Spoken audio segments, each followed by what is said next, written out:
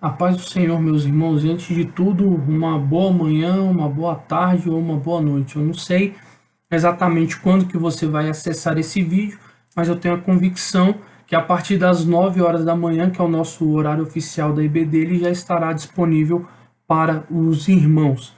Já vou começar aqui me desculpando, porque, irmãos, eu não estou acostumado com esse aparato tecnológico todo aqui. Eu não nasci mesmo assim para ser youtuber. Então tem duas telas, eu estou tentando captar a imagem por um celular com a qualidade um pouco melhor, tentando captar o áudio também de uma maneira melhor, para minimamente conseguir entregar para vocês uma videoaula com alguma qualidade. Tá bom? Então, os irmãos, me perdoem se às vezes meu olhar estiver perdido, mas é porque de fato eu estou controlando simultaneamente muitas coisas aqui. Mas bem, eu gostaria também de deixar registrado que estou com saudade dos irmãos, não é demagogia. Entendo que é um momento que nós devemos cuidar da saúde uns dos outros e devemos nos manter resguardados. Isso é uma questão de responsabilidade social nossa. Mas confesso que eu gosto muito quando nós estamos juntos, né, aprendendo a palavra de Deus juntos, orando juntos, crescendo juntos, caminhando juntos. Isso me faz muita falta. Então fica aqui o desejo de que essa situação logo se resolva para que possamos novamente fisicamente cultuar o nosso Deus lado a lado. Mas eu também não posso deixar, meus irmãos, de dar uma palavra de esperança para os irmãos, no sentido de que eu costumo dizer que Deus não é pego de surpresa. Como não é novidade para ninguém, o salmista Davi, lá no capítulo 23 de Salmos, ele afirma que o Senhor é o pastor dele, é o nosso. O Senhor é o meu pastor e nada me faltará. E nesse caso, nada é o próprio Deus. Ele não nos faltará. O Senhor tem o controle nas mãos de todos os momentos, irmãos, sejam dos bons ou dos ruins. O Senhor tem o domínio de todas as coisas porque Ele é soberano. E o outro ponto é que, independente de onde nós estejamos, que nós tenhamos a convicção de que a igreja não é um lugar, a igreja somos nós. Então, que seja na nossa casa, no nosso trabalho, mas que nós permaneçamos firmes, sendo a igreja imaculada de Cristo, que Ele prometeu um dia vir nos buscar. Amém? Então, dados os recados, feito o pedido de desculpas antecipado, vamos para a nossa aula. Estamos no escopo central de família, esse é o nosso tema macro. E estamos na aula 5 da nossa revista, que vai dizer: o primeiro casal, o pecado complicou tudo. E de verdade complicou bastante coisa, e não só o relacionamento conjugal entre Adão e Eva, mas principalmente o relacionamento deles com o Criador, com o próprio Deus. Então, irmãos, nós faremos a leitura do capítulo 3, não agora. Eu quero fazer uma rememorização com os irmãos dos capítulos que já vimos anteriormente, mas o capítulo 3 será hoje o nosso capítulo foco, o nosso capítulo base. Então estamos aqui de novo no livro de Gênesis, que todos conhecem, ou o livro das origens também. Ele vai nos relatar como tudo começou. E como a gente já viu, ele tem por objetivo apresentar Deus aos israelitas, que eles tinham acabado de ser libertos das mãos dos egípcios, que era um povo completamente idólatra, eles eram multiteístas. E Moisés, que é o autor desse livro, através da própria criação de Deus, mostra que ele é o único Deus poderoso e capaz de criar todas as coisas, de trazer vida onde não há nada. Sabendo disso, para entender então o capítulo 3, precisamos relembrar os capítulos anteriores, onde no primeiro capítulo temos Deus criando todas as coisas em 6 dias e no Shabat ele descansa, que é o sábado. O capítulo 2, então, vem trazendo o detalhamento do 6º dia, pois ali Deus vai falar do propósito pelo qual ele cria macho e fêmea, homem e mulher, e como ele distribui os seus papéis, as suas funções, além de dar algumas importantes instruções que vão culminar no evento que leremos logo a seguir aqui nesse capítulo 3. Uma coisa que eu gostaria também de destacar é que aqui vão ser apresentadas três figuras. Duas nós já conhecemos, Adão e Eva, mas agora aqui é apresentada a figura de Satanás. Eu só quero fazer um adendo que é o seguinte: Eva só vai receber esse nome ao final do capítulo 3, mas eu já vou nomeá-la desde o início para facilitar aqui o nosso estudo.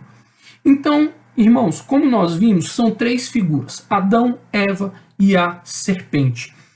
E isso daqui que nós conhecemos é a interpretação literal, a histórica, porque essas personalidades fazem parte do tempo na forma em que nós o conhecemos.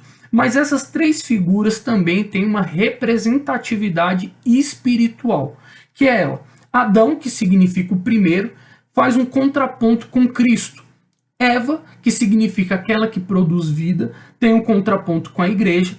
E a serpente, obviamente, vai fazer um paralelo com Satanás. Bom, irmãos, eu vou tentar deixar aqui um quadro que talvez facilite a compreensão dos irmãos referente a tudo isso que nós falamos a respeito dessas três figuras. E ao lado esquerdo, né, eu vou deixar aí alguns textos que vão corroborar, que vão incrementar aí o nosso estudo e que, se os irmãos puderem ler depois, vai ser de muita valia. Então vamos lá.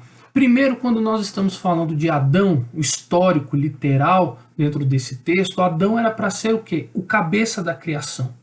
Era para ele ser o representante de Deus no jardim do Éden.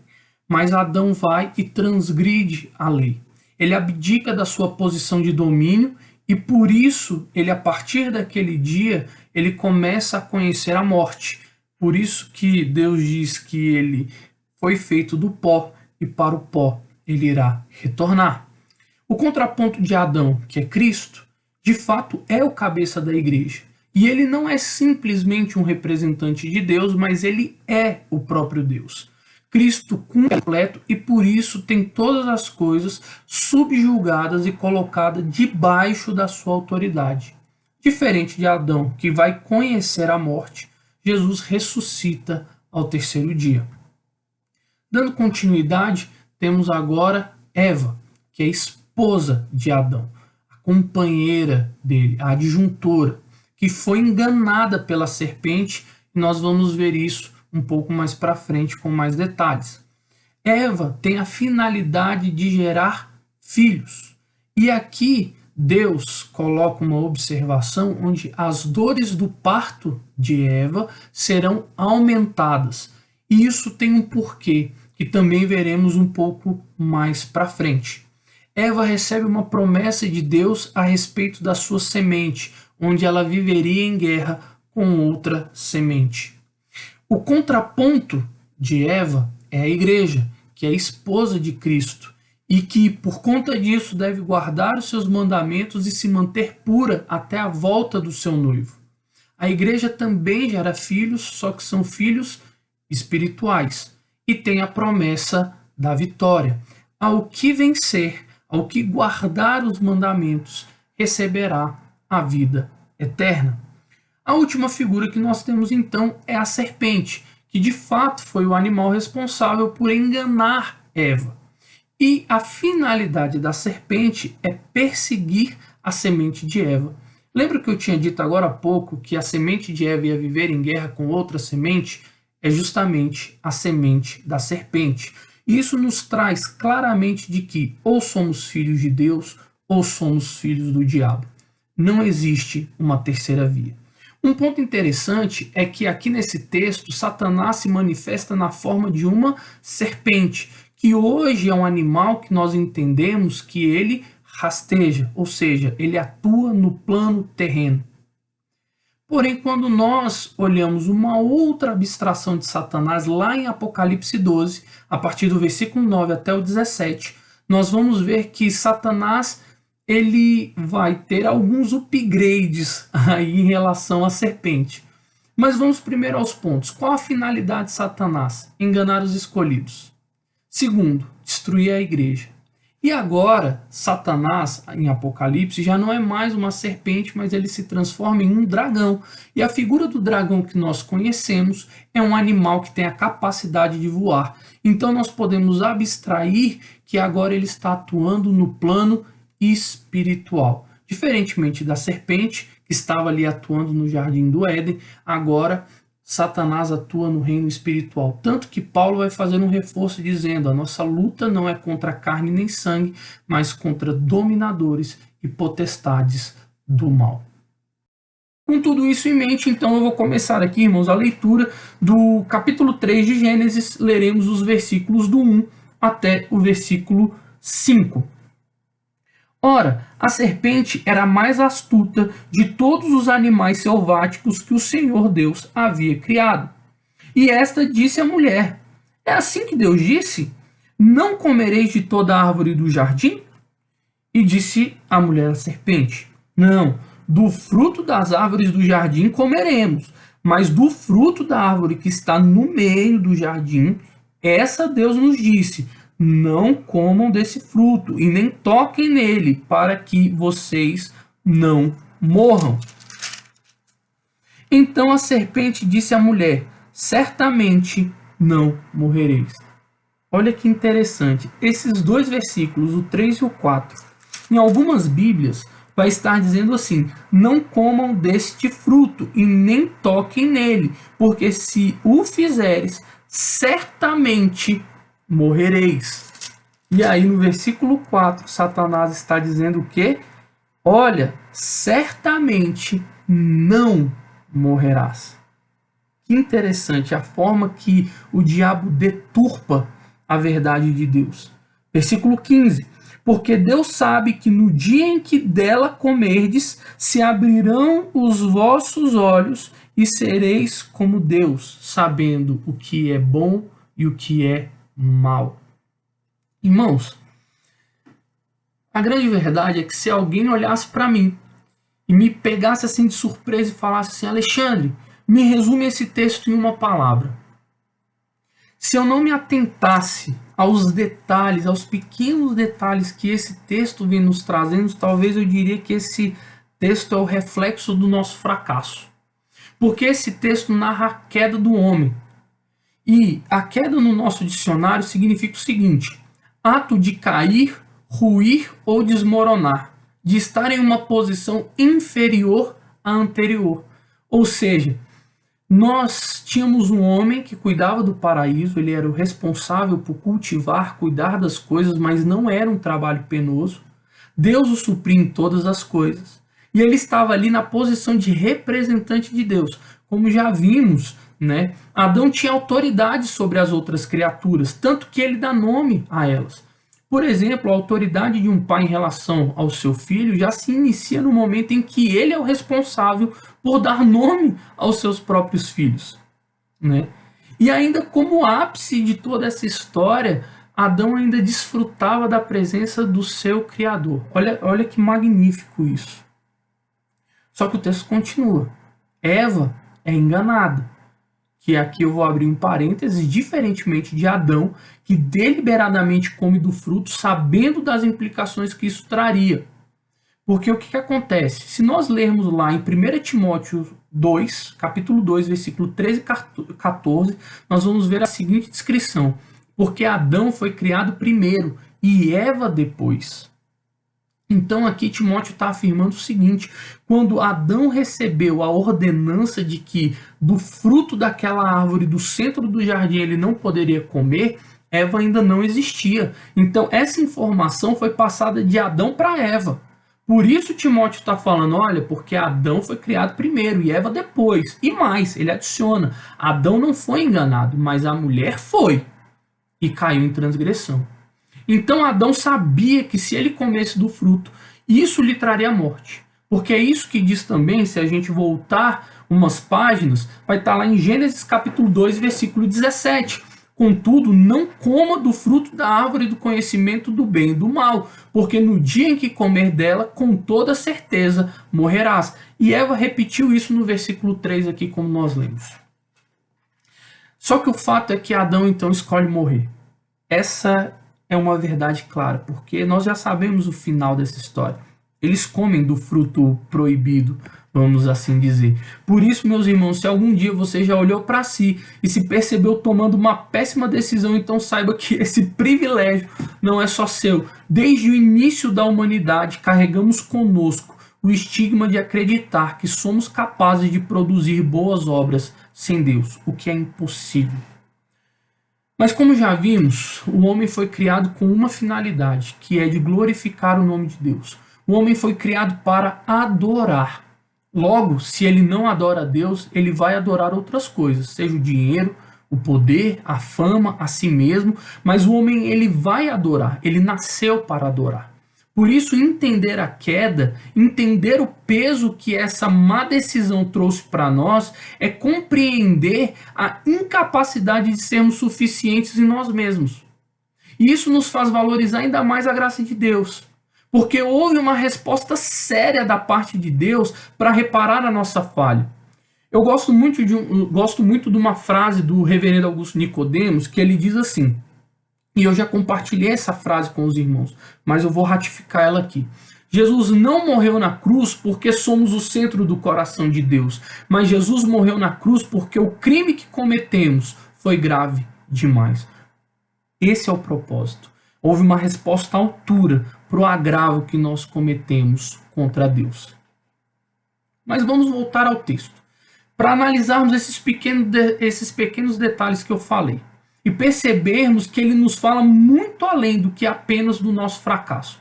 Mas vamos destacar algumas coisas. A primeira coisa que eu observo aqui é a estratégia de Satanás ou da serpente.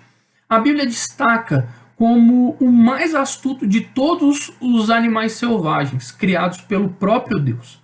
Satanás chega como quem não quer nada, falando meias verdades, distorcendo as palavras reais de Deus, porque ele pergunta, foi isso mesmo que Deus disse, que vocês não devem comer das árvores do jardim?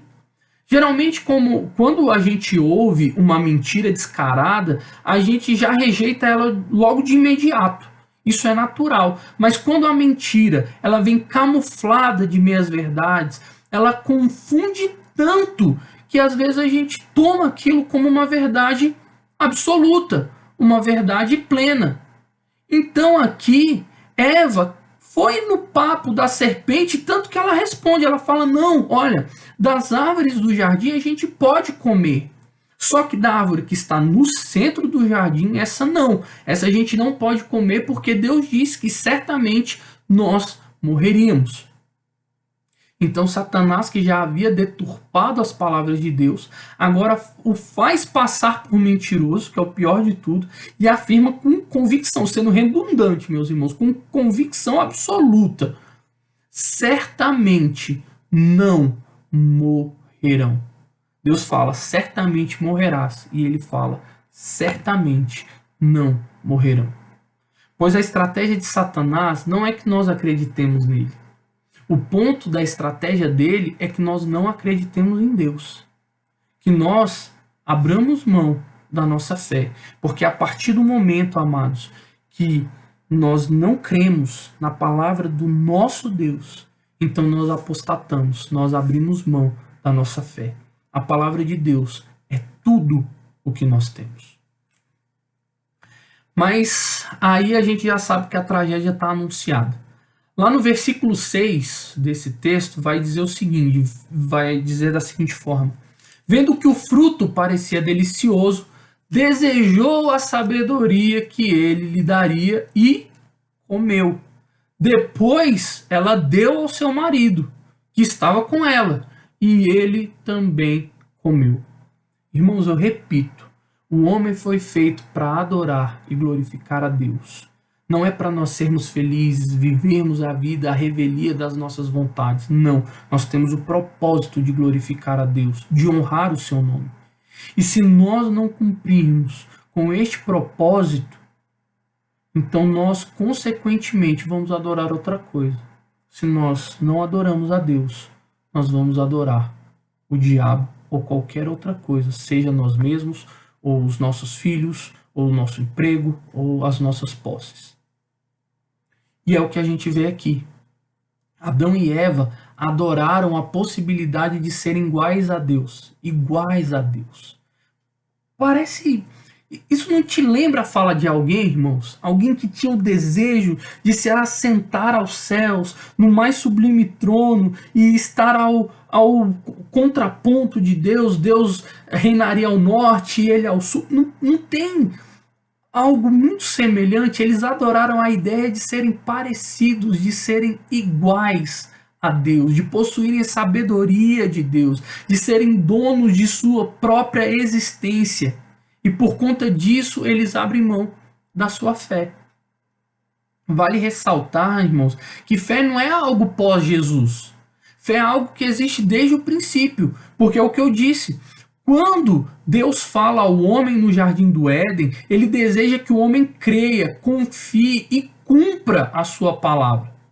Porém, quando o homem enche de si mesmo, ele desobedece um sacramento e recebe a punição por isso. Aqui temos uma alusão clara à Santa Ceia, que também é um sacramento. Só que na Santa Ceia, nós comemos e bebemos para que isso produza vida em nós. Mas aqui em Gênesis 3, o sacramento era para que eles não comessem, para que isso não gerasse morte. Mas como o homem come o fruto, então o homem de fato morre. E daí você pode me perguntar, mas Alexandre, a Bíblia fala que Deus veio ter com Adão, mesmo depois de ele ter comido do fruto. Tanto que ele se escondeu porque ele viu que estava nu, então como que ele poderia ter morrido se ele está ali conversando com Deus? Eu estou até simulando as perguntas aqui, irmãos, como se vocês estivessem comigo para vocês verem como vocês me fazem falta. Mas é uma pergunta retórica. Por quê? Porque quando nós fazemos uma interpretação linguística, principalmente quando algumas palavras não têm uma tradução direta, palavra por palavra, preposição por preposição, como é o caso do hebraico, né, para o português, podemos traduzir de maneira literal ou de forma semântica.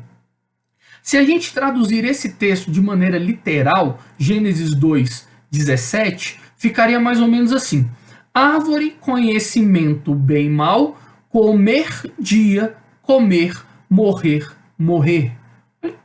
Olha que interessante, parece não ter muito sentido, por isso que literalmente não faz às vezes muito sentido. Então a gente interpreta de maneira semântica para trazer uma compreensão melhor para esse texto. Mas eu ouso talvez dar uma interpretação que talvez ficasse mais fácil de compreender, porque a expressão usada aqui para certamente morrerás é a expressão lamuf, lamuf, precedida da partícula ion, que é dia. Então, se a gente olhar esse sentido, a gente teria que, a partir do dia em que o homem comesse do fruto da árvore do conhecimento do bem e do mal, ele com certeza começaria a morrer. Então, a partir do momento que o homem cria lá, que ele come, na verdade, do fruto, a partir daquele dia, o homem começa a morrer. Dia após dia, o homem se aproxima da sua morte. Mas a gente tem que destacar que o homem não foi criado para morrer, né? Porque Deus o cria à sua imagem e semelhança. Mas como a queda do homem, então ele se torna finito. E por causa do seu ego e da desobediência, ele conhece a morte física. E essa é a aplicação histórica e literal desse texto. Porém, como a gente viu lá no início da aula, esse texto também possui uma implicação espiritual, pois Paulo afirma lá em Romanos 6, né, versículo 23, que o salário do pecado é a morte.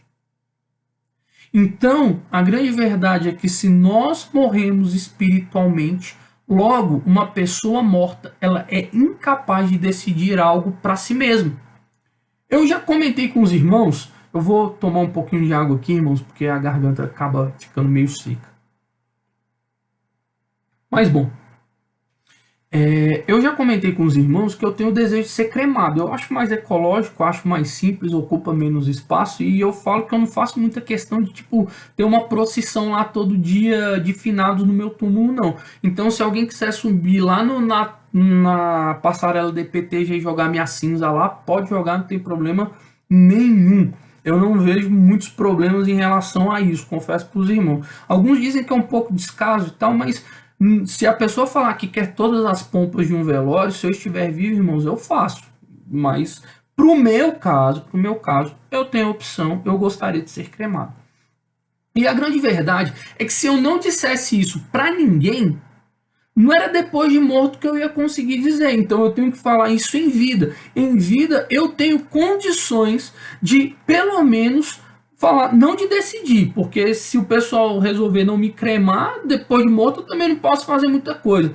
Mas pelo menos o meu desejo em vida eu deixei explicitado para todo mundo. Eu falei, olha, eu gostaria, se pudesse, eu acho mais ecológico, então ser cremado. Logo, o que eu interpreto disso, meu irmão, é que se o homem perde a sua capacidade de decidir e de intervir para mudar a sua situação, porque ele está morto espiritualmente, ele está afastado de Deus, é necessário que alguém faça isso por ele. É necessário que alguém intervenha na nossa história. E mais uma vez vemos Gênesis apontando para a figura de Jesus. Exatamente. Jesus está inteiro na Bíblia. Tudo que nós lemos vai apontar para o nosso Cristo. Então, irmãos, o fato é que a partir do momento em que Adão e Eva comem do fruto que Deus havia dito para eles não comerem, e o pecado se torna parte desse cenário, a segunda observação que eu quero destacar é o seguinte: o relacionamento deles com Deus é afetado. Isso é óbvio. Isso daí já o título da nossa lição diz, complicou tudo. Adão e Eva sentem vergonha de Deus. No versículo 9, quando Deus chama pelo homem, ele responde: olha, eu ouvi que você estava andando pelo jardim e me escondi, porque eu tive medo. Eu estou pelado, eu estou nu.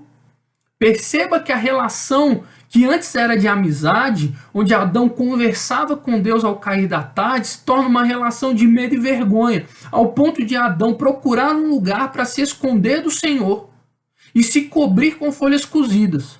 Porém, Deus faz vestes com peles de animal, mostrando que onde há pecado, também há derramamento de sangue, pois o animal precisou morrer para cobrir a vergonha de Adão e Eva.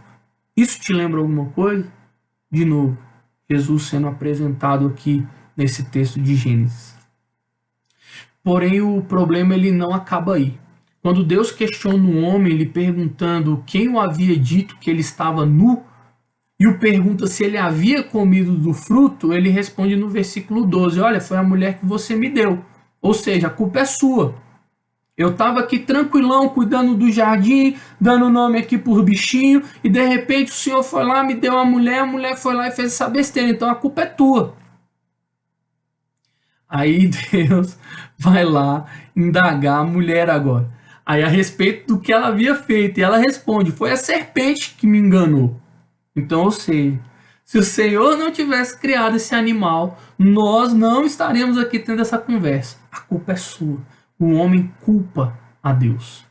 O pacto de amor que Deus havia estabelecido com o homem se torna um jogo de caça aos culpados, onde em nenhum momento o homem se reconheceu errado ou pecador.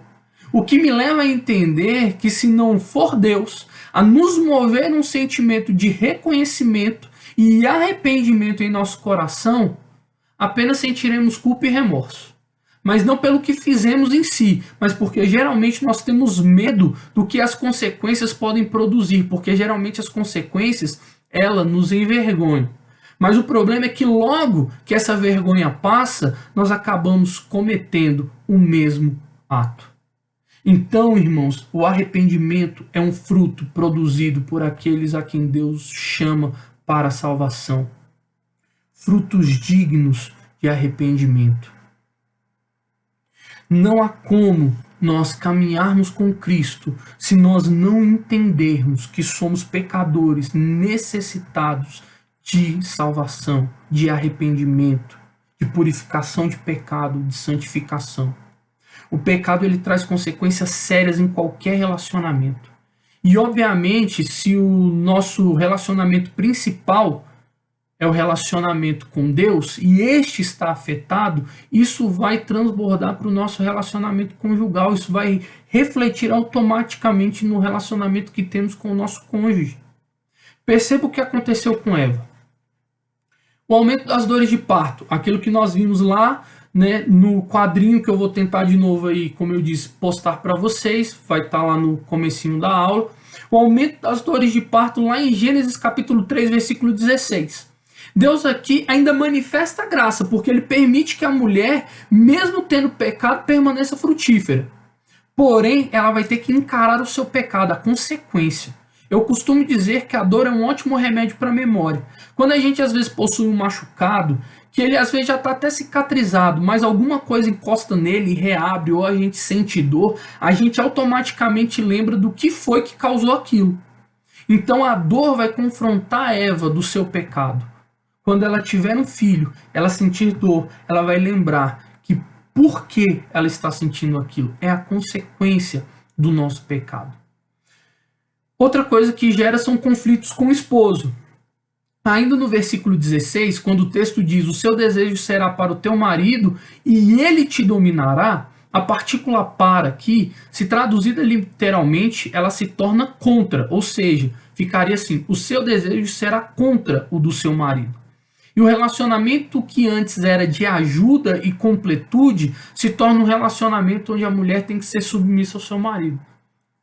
Tá vendo, meus irmãos? O pecado realmente ele afeta drasticamente a forma com que nós nos relacionamos em qualquer esfera da nossa vida.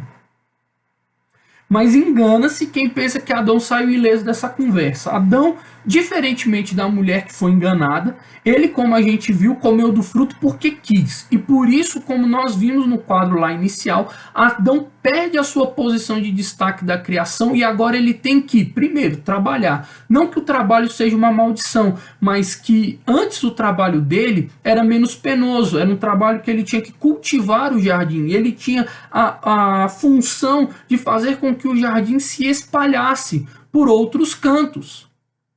Mas agora não, o trabalho é algo penoso e necessário, porque é de lá que ele vai tirar o sustento dele e da família dele. É do suor do rosto dele que ele vai comer agora.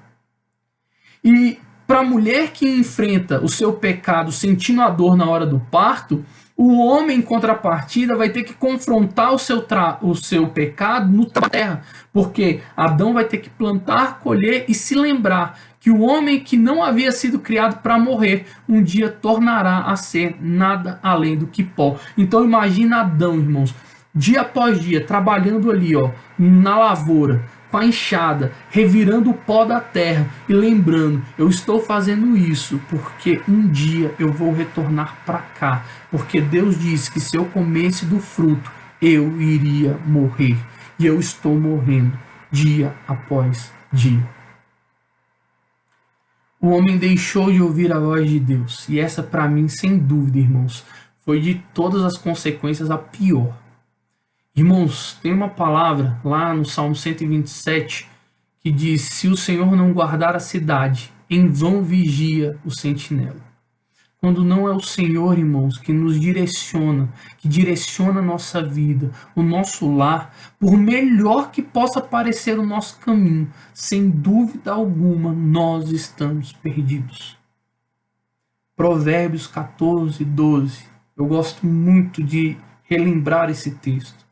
Há caminhos que ao homem parecem bons, mas o final deles é morte. E por fim, eles são expulsos do jardim. Eles saem da presença de Deus. Irmãos, não tem nada pior do que estar longe da presença de Deus.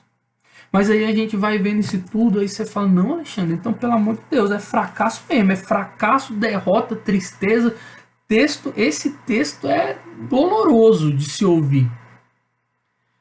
Mas, irmãos, tem um ponto que eu acho que é fantástico.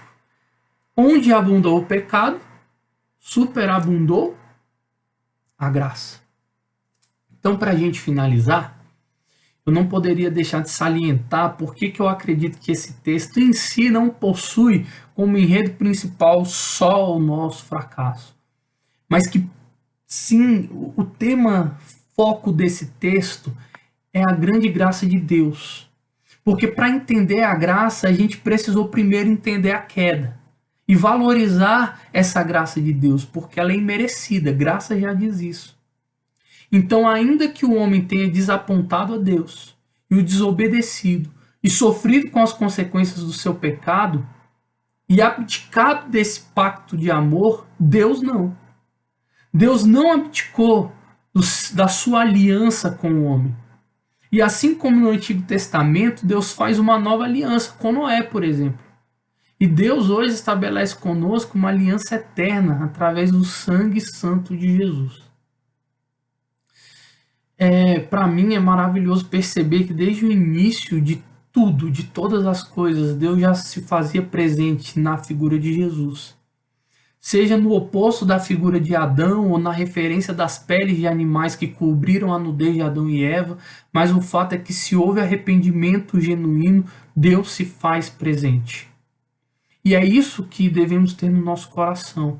Como homens e mulheres, nós vamos errar. A gente vai errar com a nossa esposa, com o nosso marido, teremos discussões, às vezes a gente vai extrapolar na hora de corrigir os nossos filhos. Infelizmente, em algum momento nós vamos falhar. Mas quando Jesus é o elo que une esse cordão de 3 dobras, é o elo que dá liga ao nosso lar, então há lugar, irmãos, para o perdão, para a reconciliação, para a cura de relacionamento, para o arrependimento de pecado, para a salvação. Então, meus amados, para encerrarmos definitivamente, vamos assim dizer, que a gente não venha dar lugar ao diabo na nossa casa. Eu recebi um vídeo, eu nem sei se é verdade, mas dizia que empresas como a Netflix, Claro, Net, iam liberar alguns conteúdos que eram pagos para que nesse período de quarentena as pessoas pudessem se entreter. Mas que a verdade é que nesse período de adversidade, irmãos, que seja um período para mais diálogos, para mais companheirismo, para mais cultos domésticos, que possamos ser agradecidos por termos sido resgatados, mesmo a gente não merecendo por Deus. E assim a gente volte ao nosso papel e cumprir a vontade dele, de representá-lo como uma imagem boa, perfeita, agradável. E que nós sejamos uma imagem boa de Deus, não só quando estamos na igreja, mas sejamos para o nosso cônjuge, para os nossos filhos, pais, irmãos, vizinhos, onde quer que nós estejamos, ou com quem quer que seja que nós nos relacionemos. Timothy Keller tem uma frase que diz assim: o oposto da alegria não é a tristeza, mas sim a falta de esperança. Que Jesus então seja a esperança da nossa família, hoje e sempre, e que Deus nos abençoe. E eu não poderia terminar essa videoaula de maneira diferente, irmãos, como nós sempre fazemos. Eu gostaria de orar pelos irmãos, né? E assim nós finalizarmos a nossa aula. Senhor, obrigado por este momento, por estarmos, ainda que não presentes fisicamente em um lugar, mas como igreja, Senhor, adorando e aprendendo do Senhor. Pai, eu coloco nas Tuas mãos as nossas vidas, porque nós sabemos que este é o melhor lugar para estarmos, é o lugar mais seguro. Cuida, Senhor, da nossa vida, cuida da nossa família, cuida dos nossos amigos, cuida, Senhor, da nossa igreja, cuida, Senhor, do nosso Brasil e do mundo. Quantas pessoas têm padecido, Senhor, famílias têm chorado pela perda de entes queridos. Pai, que ainda que saibamos que somos pecadores e falhos, que o nosso pecado, em nome de Jesus, não atrapalhe, ó Pai, de vivermos um relacionamento pleno com as pessoas que nós amamos. Senhor, o mundo tem passado e nós cada vez mais temos nos distanciado dos nossos filhos, das nossas esposas, maridos. Senhor, que este seja um período para revisitarmos, ó Deus, aquilo que o Senhor nos deixou na Tua palavra. Que o Senhor quer que nós vivamos em união, porque isso é agradável ao Senhor. Pai, em nome de Jesus, toma a vida de cada um dos Teus filhos e nos ajude, ó Pai, porque nada de bom provém de nós. Se não for a Tua mão, se não for o Teu poder, não for a Tua graça, absolutamente nada nós poderemos fazer, ó Pai. Tudo que nós conseguimos produzir de bom provém do Senhor. Por isso, ajuda-nos, sê conosco, livra-nos, ó Deus, das ciladas e das táticas do diabo que tanto tem tentado destruir o nosso lar. Mas que a verdade é que o nosso lar seja hoje e sempre a imagem do Senhor refletida aqui nessa terra. É o que nós oramos e agradecemos por tudo que o Senhor tem feito e por tudo que o Senhor é. No nome santo de Jesus. Amém. Irmãos, um beijo no coração. Fiquem com Deus. Mais uma vez, desculpa, algumas partes terão que ser cortadas, ajustadas, porque o celular teve uma hora que caiu, que acabou a bateria, mas eu espero que minimamente consiga ter cumprido o objetivo de passar mais essa aula, né, essa videoaula, mesmo eu não tendo nenhum dote para YouTuber. Mas é isso, meus irmãos, que Deus abençoe vocês, um grande abraço.